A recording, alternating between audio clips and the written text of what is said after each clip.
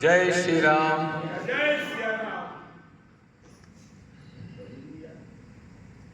के ऊपर वाला देता है तो बेहिसाब देता है, और एक हम हैं जो उसका नाम भी लेते हैं तो गिन गिन के लेते हैं कि इतनी माला करी, है ना। आज की कहानी एक छोटी सी कहानी जो हमें जीवन में बहुत बड़ा पाठ सिखाएगी। कहानी एक आलसी लड़के की, बहुत आलसी होता है और खाने का, भोजन का बहुत शौकीन होता है। उसे बस भोजन मिल जाए, भरपेट भोजन मिल जाए बस। तो बहुत आलसी होता है, कोई काम धंधा करता नहीं है। तो गांव वाले उसको सब कहते हैं कि एक काम कर, तू तो वहाँ गांव के बाहर आश्रम है, वहाँ चला जा, वहीं आश्रम में सेवा वेवा करना, वहाँ तेरे को मस्त 2 ही टाइम का भरपेट खाना मिलेगा, नाश्ता मिलेगा और आनंद में अपना जीवन गुजारना। उसको ये बात समझ में आ जाती, बोलता हाँ यार ये सब सांसारिक चीजें छोड़ूं मैं तो, और मैं तो बाबा बन जाऊंगा, मैं तो आश्रम जाऊंगा। ठीक है साहब, वो आश्रम जाता है, गुरुदेव से निवेदन करता, आग्रह करता है कि मैं यहाँ सेवा करना चाहता हूँ, यही रहना चाहता हूँ, ये वो। गुरुदेव उसको बोलते हैं बिल्कुल आजा। वहाँ रहने लगता है, बड़ा आनंद में रहता है, भोजन मिलता है टाइम टू टाइम, नाश्ता मिलता है, भरपेट भोजन मिल रहा है, छोटी मोटी सेवा करता है, गुरुदेव के प्रवचन सुनता है, सत्संग सुनता है, आनंद करता है। बहुत भोला रहता है वो, बहुत भोला भाला रहता है, आलसी रहता है और बहुत भोला रहता है। अब एक दिन होता है आश्रम में कि नाश्ता नहीं बनती है, तो ये बंदा सोचता है कि हो सकता है आज कोई कारण होगा, डायरेक्ट भोजन मिल जाएगा। लेकिन बाद में मालूम पड़ता है कि भोजन भी नहीं बनेगा आज तो। ये दौड़ता दौड़ता गुरुदेव जी के पास जाता है और बोलता है क्या बात है गुरुदेव, आज भोजन क्यों नहीं मिल रहा है? बोला आज बेटा सबकी एकादशी है 11 से, आज आश्रम में भोजन नहीं बनता है, तुम भी आज उपवास करो। तो बोले नहीं नहीं, मेरे से तो उपवास होता ही नहीं, मैं उपवास कर नहीं सकता, मुझे तो भोजन चाहिए। तो एक काम करो, आश्रम में तो भोजन नहीं बन सकता, तुम भंडारे में से भोजन का सामान ले लो और आश्रम के बाहर नदी किनारे वहां जाके बैठ के बना लो और प्रसाद पा लो। लेकिन ध्यान रखना, भोजन बनाने के बाद पहले प्रभु को भोग लगाना, उसके बाद प्रसाद ग्रहण करना।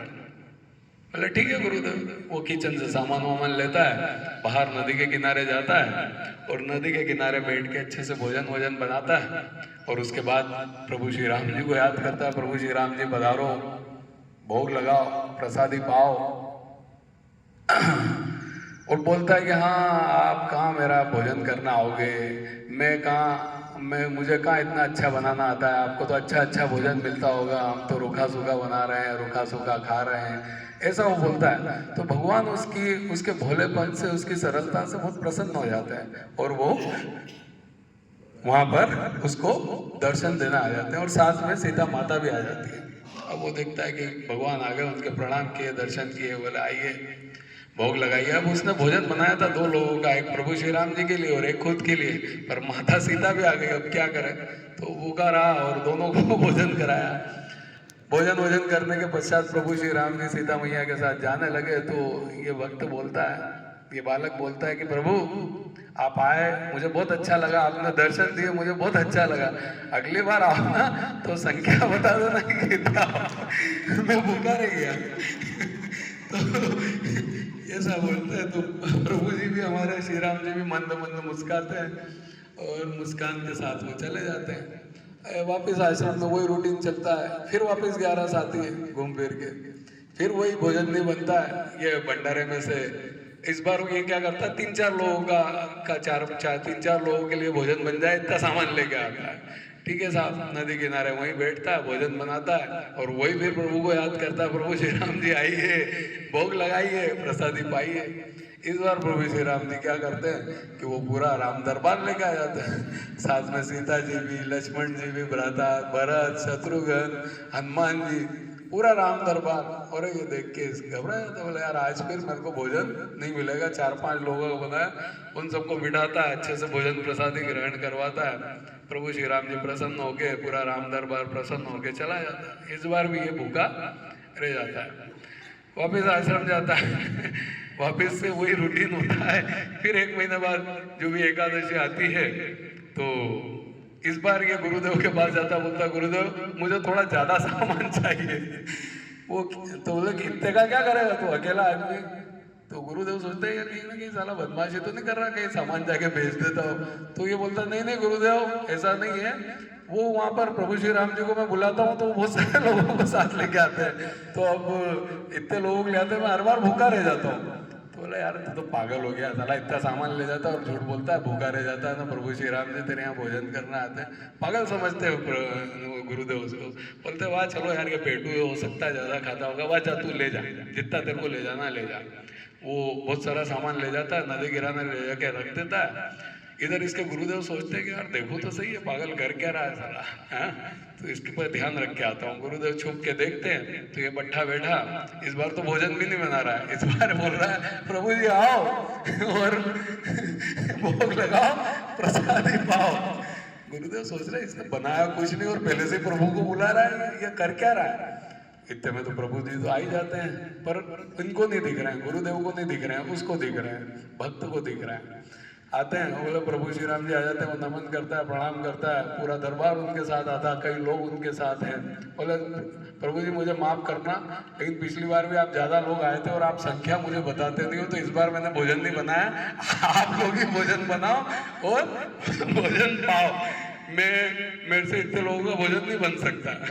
तो प्रभु बोलते चलो ठीक है, वो सब दरबारियों को बोलते अपने कि चलो सब काम पे लोगों फटाफट भोजन बनाओ, अपन यही प्रसादी पाएंगे भोजन बना के। इतने में गुरुदेव भाग के इसके पास आते हैं, बोलते क्या भाई तू ये क्या कर रहा है, तेरा भोजन कुछ बना नहीं और तू भगवान को बुला रहा है। और क्या बोले हाँ भगवान तो आ गए और देखो सब लोग लगे हुए सब भोजन बना रहे हैं। बोले कैसा पागल जैसी बात करता है, तू पागल है, तू तो यहाँ तो कोई तो नहीं दिख रहा है। बोले तो अच्छा आपको नहीं दिख रहे हैं प्रभु श्री राम? बोले नहीं दिख रहे हैं। तो प्रभु श्री राम जी बोलता है क्या प्रभु श्री राम, क्या प्रभु जी ये क्या लीला है आपकी, आप मुझे दिख रहे हो मेरे गुरुदेव को नहीं दिख रहे हो, ये तो मुझे पागल समझ रहे हैं। एक तो आपकी वजह से मुझे कई बार से भोजन नहीं मिल रहा है एकादशी को, और पागल अलग समझ रहे हैं मुझे, तो आप इनको दर्शन दो।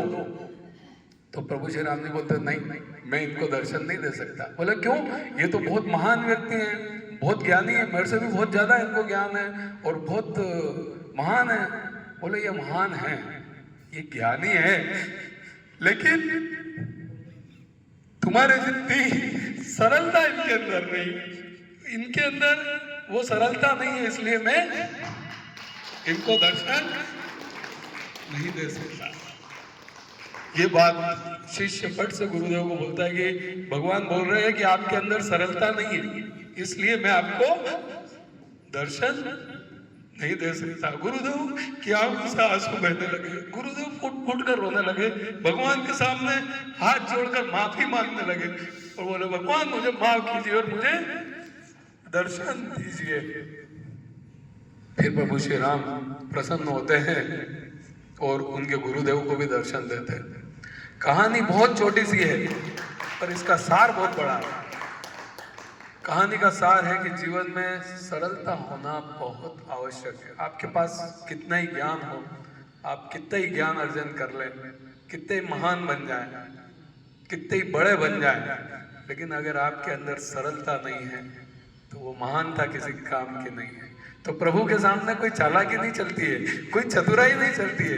अगर आपको प्रभु के दर्शन करना है, प्रभु से बात करना है, प्रभु से संवाद करना है, उनका आशीर्वाद चाहिए, तो जीवन में केवल सरलता लाइए, भोलापन लाइए। क्योंकि प्रभु अगर किसी चीज पे प्रसन्न होते हैं तो वो भक्त की सरलता पे प्रसन्न होते हैं। यही इस छोटी सी कहानी का सार था। तो जीवन में हमेशा याद रखिए, ज्ञान आपके पास कितना है कितना नहीं कोई फर्क नहीं पड़ता, सरलता आपके अंदर होना चाहिए। धन्यवाद, आज के लिए इतना ही।